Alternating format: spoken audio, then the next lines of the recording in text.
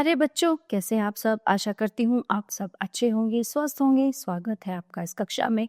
आइए आज हम पढ़ते हैं हिंदी व्याकरण का पाठ 6 संज्ञा। मीना का घर देखिए, बाहर मैदान में तंबू लगा है। आज वहां एक दावत होगी। कुर्सियां बिछाई जा रही हैं, मेजों पर कांच के गिलास हैं। रोहित की माता जी को बहुत खुशी हो रही है क्योंकि आज रोहित का जन्मदिन है। मीना और रोहित के सहपाठी शाम को आएंगे। सहपाठी मतलब जो उसके साथ कक्षा में पढ़ते हैं वो बच्चे। तो दिए गए वाक्यों में मीना, रोहित, माताजी व्यक्तियों के नाम हैं। तंबू, गिलास, मेजों, कुर्सियां ये सब वस्तुओं के नाम हैं। मैदान, घर स्थानों के नाम हैं। खुशी भाव का नाम है और ये सभी शब्द संज्ञा है। ठीक है, तो किसी भी व्यक्ति, प्राणी, वस्तु, स्थान या भाव के नाम को संज्ञा कहते हैं। मतलब हमारे चारों तरफ जितनी भी चीजें हैं, हमारे आसपास जितनी भी चीजें हैं, चाहे उसमें हम हैं, कोई व्यक्ति है, वस्तु है, पशु है, पक्षी है, जानवर है, ठीक है, जितनी भी हमारे घर में चीजें हैं, थिंग्स हैं, वो सभी किसके अंदर आती है? संज्ञा के अंदर है। संज्ञा के मुख्य 3 व संपूर्ण 5 भेद होते हैं। संज्ञा के मुख्य भेद: व्यक्तिवाचक संज्ञा, जातिवाचक संज्ञा और भाववाचक संज्ञा। ठीक है, ये 3 होते हैं। सबसे पहले हम जानेंगे व्यक्तिवाचक संज्ञा के बारे में। जिन शब्दों से किसी विशेष व्यक्ति, विशेष प्राणी, विशेष स्थान या विशेष वस्तु का पता चलता है उन्हें व्यक्तिवाचक संज्ञा कहते हैं। जैसे लाल बहादुर शास्त्री, ये वीआईपी पर्सन है। ठीक है, श्रीमद् भगवद गीता, ये एक स्पेशल पुस्तक है। स्पेशल मतलब बहुत बड़ी, अलग से स्पेशल किताब है। गंगा नदी है और ये सूरज है। इन चित्रों में आपने देखा लाल बहादुर शास्त्री विशेष व्यक्ति हैं, जैसे मैंने आपको अभी बताया था। श्रीमद् भगवद गीता विशेष पुस्तक है। गंगा विशेष नदी है। सूरज विशेष प्रकाश पुंज है। ठीक है, अतः ये सभी व्यक्तिवाचक संज्ञा है। जो चीजें अलग हटके हैं, जिनके जैसा कोई दूसरा हो ही नहीं सकता, तो वो आती है व्यक्तिवाचक संज्ञा में। दूसरा है जातिवाचक संज्ञा। बच्चा छत पर गुब्बारे से खेल रहा है।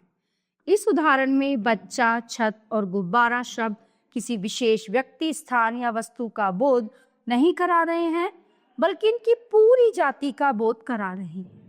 ये विशेष नाम नहीं है, बल्कि साधारण नाम है। जिस संज्ञा शब्द से एक ही प्रकार के सभी प्राणियों, वस्तुओं या स्थानों का पता चलता है, उसे जातिवाचक संज्ञा कहते हैं। अन्य उदाहरण: इमारत, फूल, मेज, पुस्तक, पहाड़, विद्यार्थी आदि।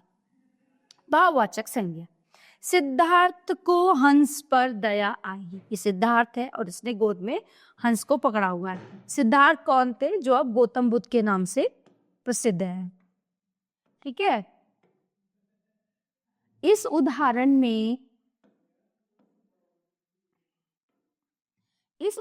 में दया एक भाव है। इसे अनुभव किया जा सकता है किंतु देखा या छुआ नहीं जा सकता।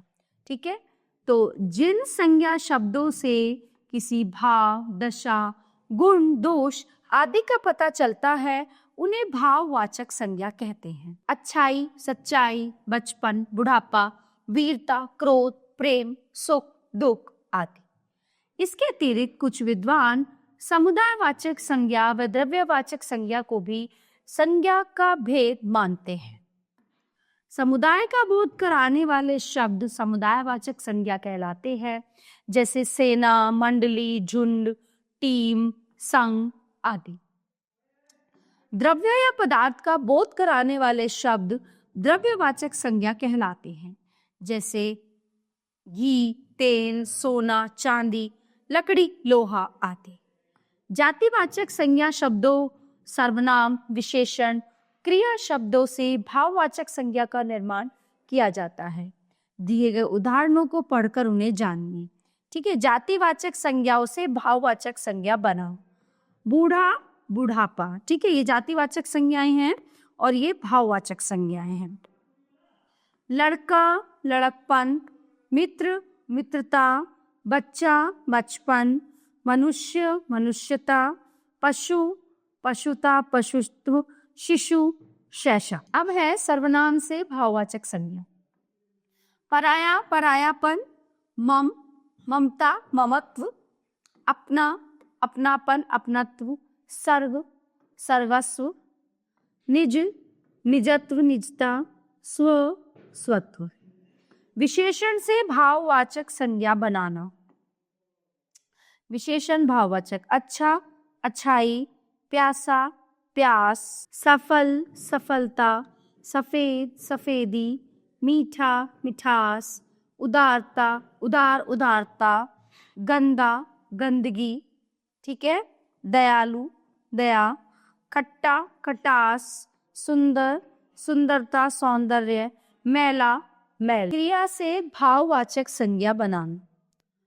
हंसना, हंसी, लूटना, लूट, खेलना, खेल, लिखना, लेख, लिखावट, बहना, बहाव, चलना, चाल, थकना, थकान या थकावट, मिलना, मेल, पूजना, पूजा, रहना, सहना, रहन सहन, गिरना, गिरावट, देखना, भालना, देखभाल, छटपटाना, छटपटाहट।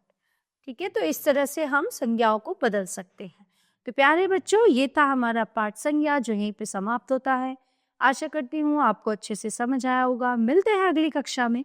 धन्यवाद।